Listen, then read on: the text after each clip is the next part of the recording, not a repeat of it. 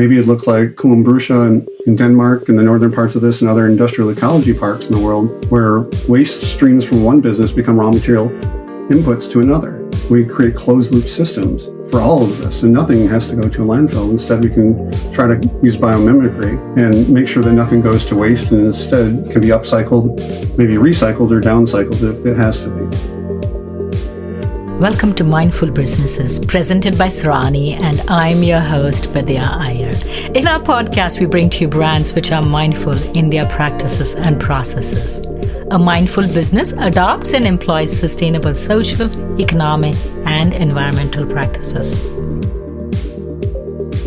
Our podcast hopes to bring forth and share sustainable business practices to business owners and introduce green businesses to the consumers. Where do all these initiatives begin? It begins with education, formal, informal, or self-taught. To that end, we have with us Professor Sroufe, Murin Chair of Global Competitiveness and Professor of Supply Chain Management at the Palumbo Donahue School of Business Management at Duquesne University. Welcome, Professor Sroufe. Well, thank you so much, Vidya. I'm thrilled to be here and love talking to people about all that is happening in the world of sustainability, sharing that with my students who've also listened to your podcast. And I'm really excited to be able to figure out how to help people to integrate more sustainability into any enterprise. Yeah, so how long have you been a faculty member teaching? Yeah, I started at Boston College and came to Duquesne in this MBA in sustainability program in 2007. So 13 years now here. And you've been teaching sustainability the whole time, or is it something fairly new? Yeah, it's something I've been teaching the whole time. I mean, I've been doing sustainability research since I was in high school, but I came to this program as an endowed chair to purposely launch and develop a new program around sustainability in a business school. You were way before everybody talking about sustainability. You were ahead of the game. I was trying to be. I got my first environmental research grant as a high school student, and even a publication from that before knowing exactly what I was going to do going off to college. And then college just kept me that much more interested in the topic. But now, so many people are talking about sustainability. The businesses, the governments, everywhere that you go, people talk about sustainability, about recycling. What has caused this heightened awareness and what has caused the shift? There's so many things, right? We could layer into that. But I think so much more awareness now in terms of the environment around us. And that environment doesn't have to be environmental, but our social, geopolitical environment. Politics right now are putting more pressure on what is and what is not sustainable. I just fielded a phone call this previous weekend from a township that wanted to talk about how they incorporate more sustainability into their 10-year plan for development of businesses, for actually infrastructure, for things like transportation, for homes. So I think there's so much going on that's hard to keep track of it all. But for what I see with the students that I work with and the companies that I work with, it's really about waste reduction, saving costs, and now being able to tell new stories about how their products and services align with the United Nations 17 Sustainable Development Goals. Can sustainability be taught? Yeah, it really can. Oh my gosh. I was fortunate enough to do a sabbatical and be in Sweden, and I got to work with Karl-Henrik Robert, the founder of the Natural Step program, and Joran Broman, who heads up a program there at BTH University here in Karlskrona. And in how we approach this, we use a framework for strategic sustainable development. And that framework tells us that there are 8 sustainability not goals like the United Nations Sustainable Development Goals, but sustainability priorities. And if we violate any of those priorities, then we know that something is not sustainable. And we can think about that in terms of the things that we take out of the earth. If we take them out of the earth faster than they can be replenished by the earth, that's not sustainable. Sustainability principle number 2 is if we put things into the environment faster than the environment can actually absorb them, that's not sustainable. Number 3 is if we clear cut forests and cut things down faster than they can be grown, that is not sustainable. So if we have violations of these 1 through 8 sustainability principles, the first 3 are focused on the environment. 4, 5, 6, 7, and 8 actually look at human health, access to information, and the human social political elements of this. I don't really want to say political as much, but it's access to information, it's partaking in decision making, and getting away from misinformation, especially, which is a big problem that I think we have these days in terms of the amount of bad information that's out there in the world. You said you spent some time in Sweden. If you had to compare the mindset of the Swedes to the Americans in terms of sustainability, in terms of being mindful in everyday life as a consumer and as a business owner, how would you compare? What are the couple of really stark contrasts or commonality? Yeah, well, in the Nordic countries especially, they have much better built homes. So when you go by their homes in the winter, you can see plants in the windows, and you can actually look at these buildings and not realize that their walls may be 20 inches thick. And yet we build homes in the United States that are built out of 2x4s that are 4 inches thick plus a couple inches on top of that. So their homes are more in a passive house format of building, that they're tighter envelopes, lower energy consumption. They have better infrastructure for mass transit, and it can get around anywhere basically without a car. A vehicle isn't the primary mode of transportation. So transportation is easier. Living and building is better in terms of lower energy consumption. And even just systems set up to take everything back in terms of separating all of our food waste and our recyclables. So we have compostables and recyclables that we're able to separate into, I think we had 7 to 9 different bins when we were there. And here in the States, it's hard to get a good cost structure for even recycling just some of the main things that we recycle. But our recycling rate is so low in the United States versus other countries that we just don't have a good business case for some of that recycling, because we also don't take into account how low the tipping fees are for us to just throw something away. I'm part of the world right now with about 5 landfills within 25 miles of the city, and we have some of the lowest tipping fees of any state, and it makes it that much harder for recyclers to then generate revenue from something when they have to compete against low costs for dumping. So what percent of U.S. waste is actually recycled? Oh, I'm going to give this a really low number, and I'm probably going to be wrong, so someone can correct me. But I want to think we're only recycling like 4%. Wow. And if we go to videos and things like this, called The Story of Stuff, that's been out for almost, I think, 9 years now. 99% of everything we make goes to a landfill within 9 months. And you said you had 7 or 9 separate bins to recycle, right, in Sweden? Yeah, for recycling and composting, so that could take in food waste, yeah. I remember when we started recycling here in West Lafayette, Indiana, we had like 3 or 4 bins: the glass, your regular paper, your plastic, and your newspaper. And then they said, oh, we should go to single stream recycling. I almost, even to date, I feel guilty to throw in the glass bottle along with the newspapers and my milk jugs. Yeah, we've got single stream recycling here within the city of Pittsburgh. So that actually goes, we've had different facilities that take this in. We've got a facility in Neville Island that's 95% accurate in its sorting, and it's almost a fully automated plant. So that's why single stream can work pretty well in that location. But in just this last year or two, we've dialed back what we take because China cut off that waste supply that was going to them for recycling. Whether it was or was not recycled is still a question. So now we're down to pretty much just taking corrugated cardboard, newspaper, and some plastics. And then I take my glass, which they don't take anymore. So I take that separately to another place called Construction Junction, and I drop off at a site there after we accumulate enough to fill up about a half a trunk or so in the car.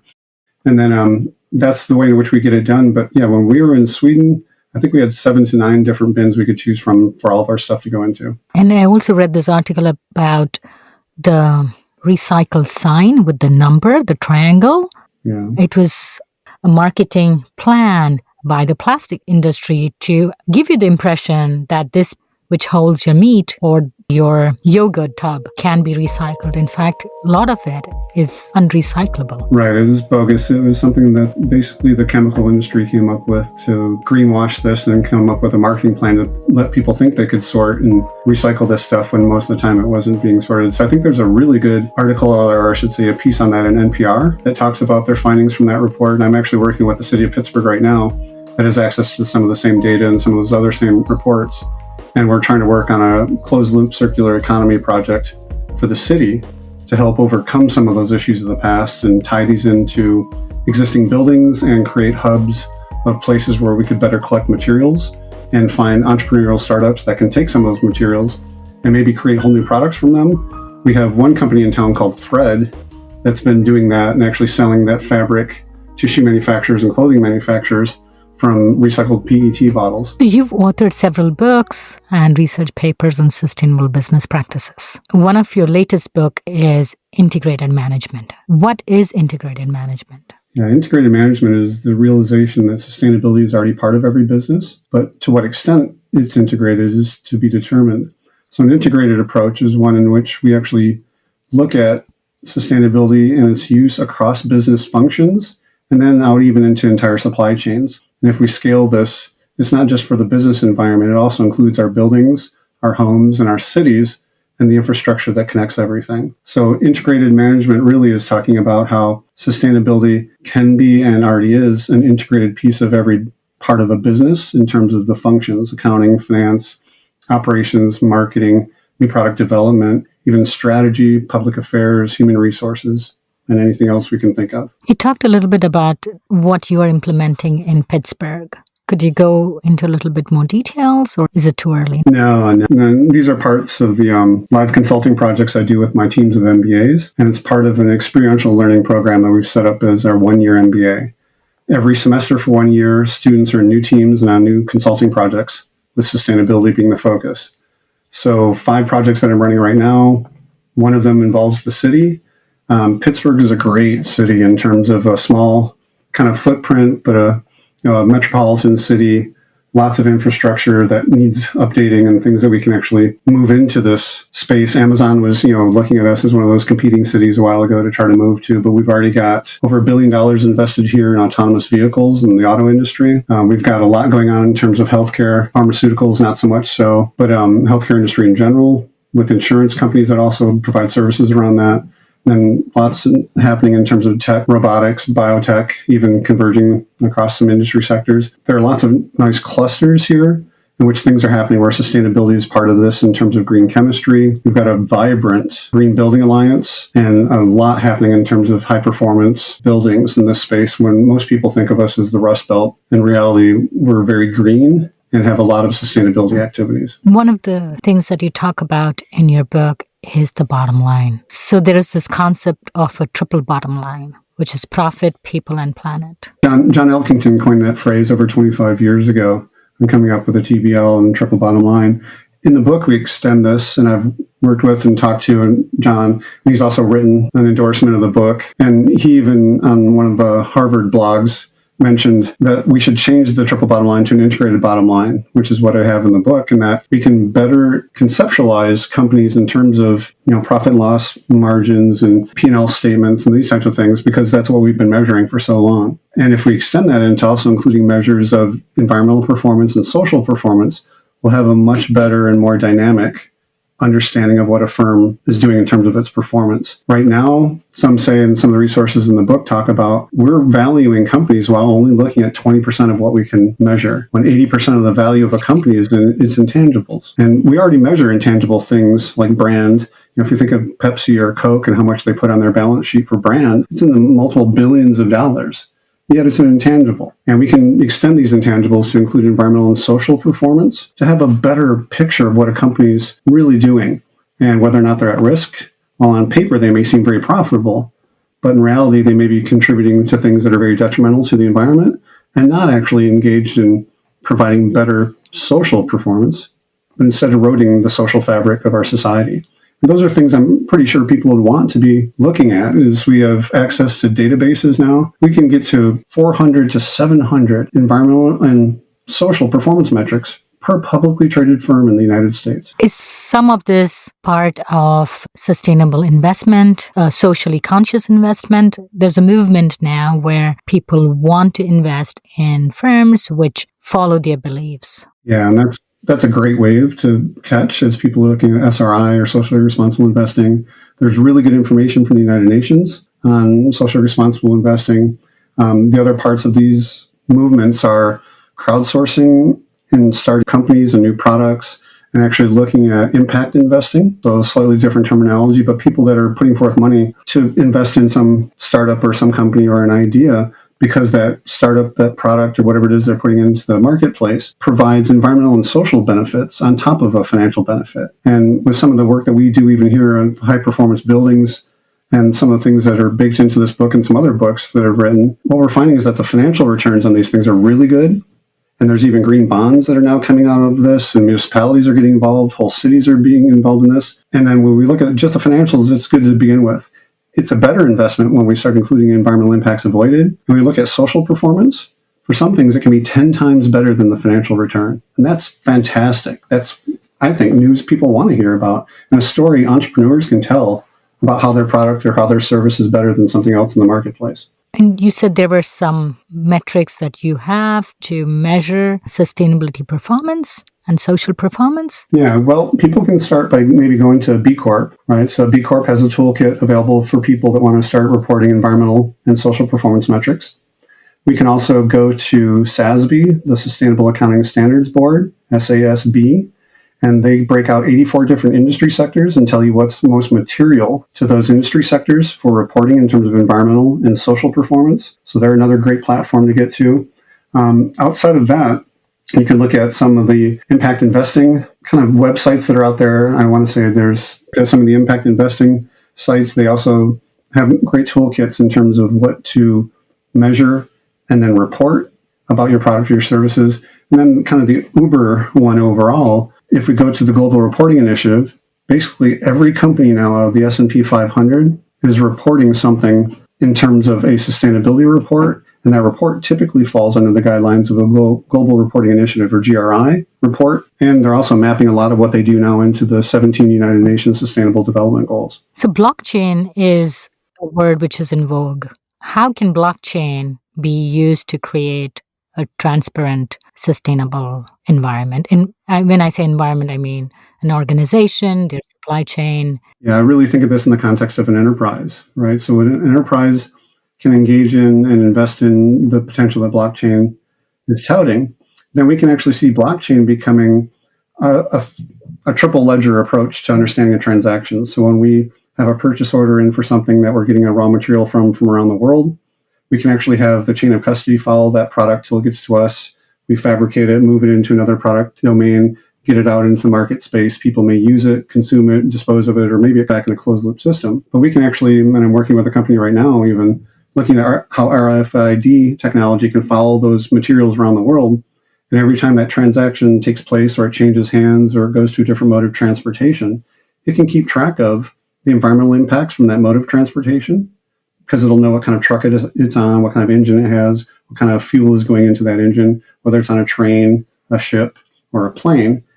And then we can take that thing all the way through chain of custody and have transparency in an entire global supply chain to then give the end consumer some information. And right now, if you use something like an app on your phone called The Good Guide, you can take a picture of a barcode of something on a shelf in a store and see its environmental and social performance versus the same product category and other products on the shelf next to it. So blockchain enables that type of information to be captured faster, hopefully more accurately, and give consumers and others along the value chain an opportunity to peer into that global value chain and say, this is a good supplier, or I can find a better supplier maybe that has lower impacts on the environment, a better cost structure, and does more for their employees and has better diversity, and reward those type of companies with our business.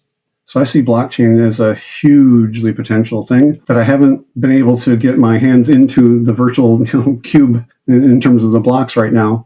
But I know conceptually what it's capable of doing. And I've even been in Estonia where at the whole country level, at the federal level, they're using blockchain already to take care of all their transactions and behind the scenes processing for the country. So when you talked about blockchain, and you are talking about multi-million-dollar enterprise with huge investments, with RFID, put in thousands or tens of thousands of individual products. There are two problems I see with that. What is the small person who's artisans, who's crafting things, who's making in small batches and not having these huge minimum order quantities? What did they do? And the secondly, when you have these huge minimum order quantities, when you're building so much in scale, that's when there is a lot of waste too, right? So in terms of the artisans, I kind of rely on my phone for everything, right? And I think a lot of people do. So smartphones are ways in which that can enable their transaction of information every time they do a small batch of something or make an individual product, take a picture of it, put some information out there into the world in terms of that being available, and then have that be able to be tracked or followed with that product, and try to differentiate their products without having to have an RFID tag attached to it or something like that. So I still think that the innovation comes from those entrepreneurs that find new ways to figure out how to kind of pin that information to their products. And right now I kind of see smartphones as the ways to do a lot of this through apps, but maybe that's too naive of me in that sense, but that's at small scale. And at large scale, which what you're getting at, I think, in terms of some of this, what it should help us avoid is to avoid all the waste. Greenhouse gas emissions are just one other form of waste. So it should be able to help us avoid those, and also create closed loop systems so that all the stuff in the past that was a waste, that was thrown away, should no longer have to be. Let's find a world that can operate without landfills or dumps. And what would that look like? Maybe it'd look like Kumbrucha in Denmark and the northern parts of this and other industrial ecology parks in the world, where waste streams from one business become raw material inputs to another. We create closed loop systems for all of this, and nothing has to go to a landfill. Instead, we can try to use biomimicry and make sure that nothing goes to waste, and instead can be upcycled, maybe recycled or downcycled if it has to be. What could be the motivator if there were 2 or 3 initial baby steps a company could take in their journey to become sustainable? These are existing companies. Probably it's harder for them to switch because of infrastructure and investments that would be needed to make the change. But if there were 2 or 3 just very small steps that they had to take, could you recommend? Of course, this is a really broad question because it depends on the industry you are in. But in general, what would you recommend? Yeah, so if I start with energy use, I think energy is nice and that's easily quantifiable. You get a utility bill every month from your company, so you can see energy consumption in terms of electric and natural gas.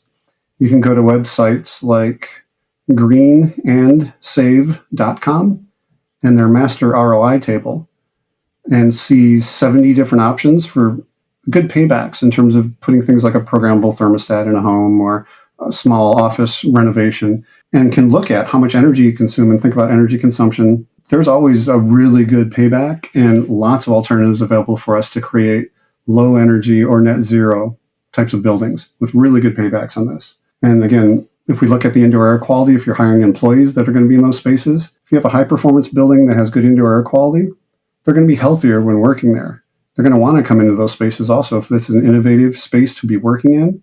Our homes and even our business school, we actually have indoor air quality monitors in our business school. We know that it's 2 to 3 times better indoor air quality inside the school than it is walking outside. But we happen to be in a city with the 8th worst polluted air quality numbers in the country from the United States.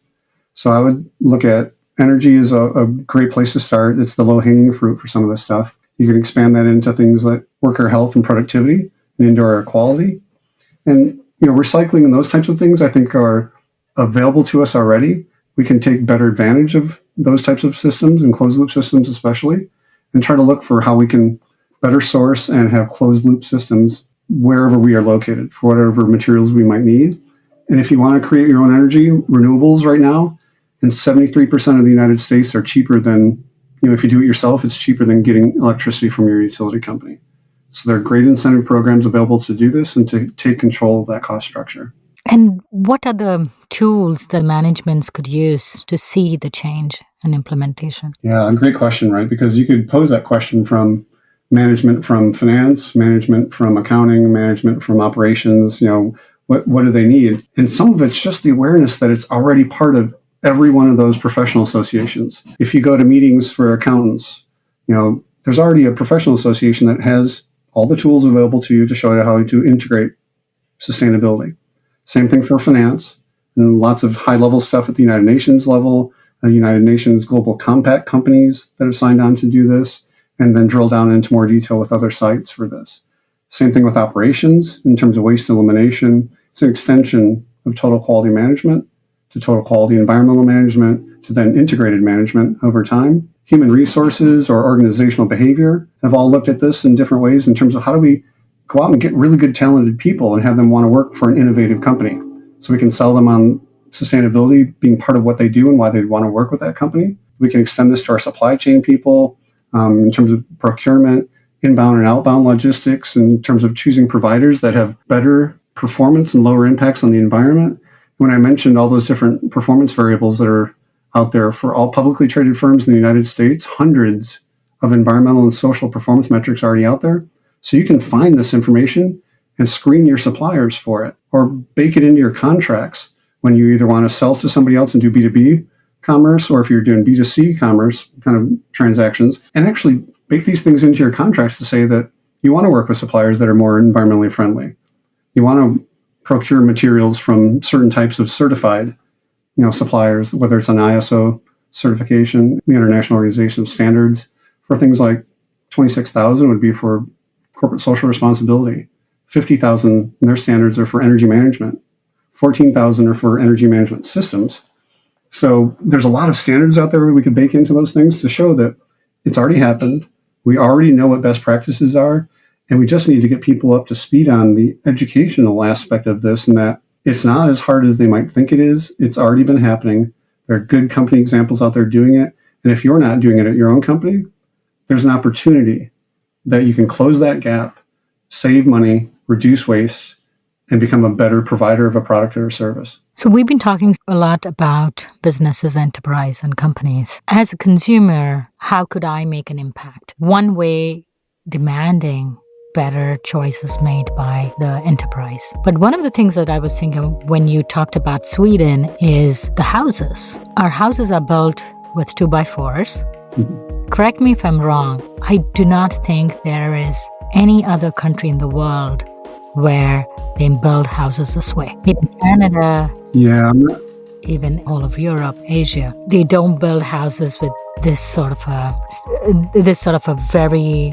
I'd say they're going for low cost. Very low cost alternative. But one of the arguments is that home ownership in the United States is far higher than most other countries, right? So how do you balance this? You want people to have home ownership, to have a sense of belonging. That brings a lot of advantages. And we cannot all of a sudden change how we build houses, right? Well, we can incrementally make them better. And we can actually change how we build houses. When I talked to that township over the weekend about how they wanted to change their 10-year plan, one of the things that they were considering was to change the ordinances for how homes are built. And even in Pittsburgh right now in the city, we have an ordinance in the city that all buildings have to release their utility data. So we can actually see how well performing those buildings are. And then we can put in building codes that actually call for not just building to code, because right now if you build a home or any building to code, you're typically building the worst structure you can legally build without being liable for something. It's not energy efficient. It's not taking into account human health and productivity inside it. So instead we can look at LEED, so LEED, the leading energy and environmental design standards. We can look at Energy Star standards for any building. We can then also look at passive house. And if we go to passive house, that's usually much better in terms of much tighter envelopes, much lower energy consumption. So for a 1,000 square foot home with passive house, all you need to heat it is a hairdryer versus, right now my home, we're looking at something that's about 150% larger than the average home in Pennsylvania, 2,000 feet. But yet we consume 50% less energy in our home, even though it's almost twice as big than most average homes in Pennsylvania for the state. And all we did was a whole bunch of simple stuff that is passive approaches, better insulation, tightening the envelope, putting Energy Star appliances inside it to bring down our consumption levels first before I then put active systems on the roof, which are renewables. So I have 2 systems up there. One I own, one's a purchase price agreement because I wanted to look at that business model. But I generate enough electricity for the home and then offload 2 megawatts a year to a car. So I can drive a car $176 for a year's worth of driving and 10,000 miles. And it's much more cost effective. But we can influence building codes. And we can just better inform. I had a discussion actually just today with a real estate agent and how they're trying to get banks on board and real estate agents on board with understanding which homes are better performing so they could more easily sell them to people that want a home that they don't have to put a lot of work into or that's real leaky. In terms of you can go to your utility company typically and have somebody come out and do a blower door test on your home at no cost. Utilities usually have money set aside to pay for these things because they want to encourage people to reduce energy consumption. It's part of their legal requirements as a utility. So you can have someone come pressurize your house, see how leaky it is, and then go through steps to better insulate it, better seal openings, and bring down the consumption that you have inside that home. And we can do this without an ordinance. We can just do this with well-informed people that want a better space that's healthier to live in and costs less money to run. But do you think some nudges from the government in terms of ordinance or laws will help in the growth of such initiatives? Yeah, absolutely. I think it's a full-blown, everyone, all hands on deck kind of an approach is going to get us the biggest impacts. I know that my conversations with entrepreneurs here in our VC world also and others are that they're not waiting for the Fed to come in and tell them what to do with the regulation. They're trying to create spaces and places and things beyond what the government's getting involved in because it's just too slow and it's too uncertain. But when governments get involved in this, we also get things like right now Pittsburgh is part of the 2030 challenge. It was started by 2030 architecture, but all of our buildings downtown by 2030 will reduce by half their energy and their water consumption. And all buildings after 2030 will be net zero carbon buildings. That wasn't a policy issue. It was just a challenge that was put out globally to cities, and it's been taken up now in all countries and all cities all over the place. We also do have a city, though, that is creating ordinances to better nudge these things. The government has helped in the past when it's given support to renewables and trying to get incentives like 30% cost for materials. Is how the Fed was supporting this in the past. There's other incentive systems for purchasing e-vehicles, but only up to, say, 200,000 of them based on the manufacturer. So people need to be some of the early adopters if they want to get some of these advantages as these technologies are coming on board in the marketplace. On that inspiring note, I would like to thank Dr. Sroufe coming on Mindful Businesses. Yeah, thank you. And I hope your listeners are interested enough to better explore what all is available to them because there is so much happening in sustainability. I love hearing about and seeing people like yourself doing this in terms of this podcast and others. As we all are here to help create a more sustainable world, the opportunities are more than I can ever talk to you about in a brief podcast. And I think all of your listeners have their own ideas of how we can make this place better. And I'd love to hear from them if they ever want to send me an email or have questions for myself, or even look into our program. We have a 1-year MBA program in sustainability that integrates sustainability across all courses. International study abroad is part of that in the spring, and live consulting projects every semester on different teams, as I want to use those teams to also go out and help companies become more sustainable. So also if you yourself or others that are listening know of companies that need help, we do this at no cost and set up really fun, engaging, dynamic projects for my students to be involved in and for myself and other faculty to help with. And I would love to take on a new challenge that I don't know what the answer is to yet and try to help someone's business, their product, or their service. Would you like to share your email address? Sure. The email address is the same spelling as my last name with an R after that. So that'll be SROUFER